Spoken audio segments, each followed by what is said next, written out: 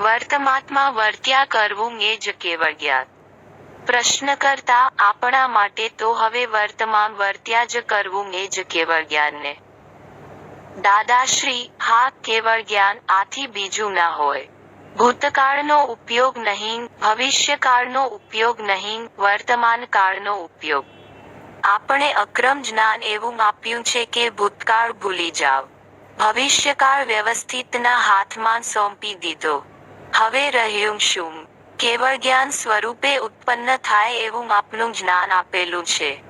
ભૂતકાળ કંઈ ભૂલી જવાય એવો નથી, પણ ભૂતકાળને જુઓ અને જાણો.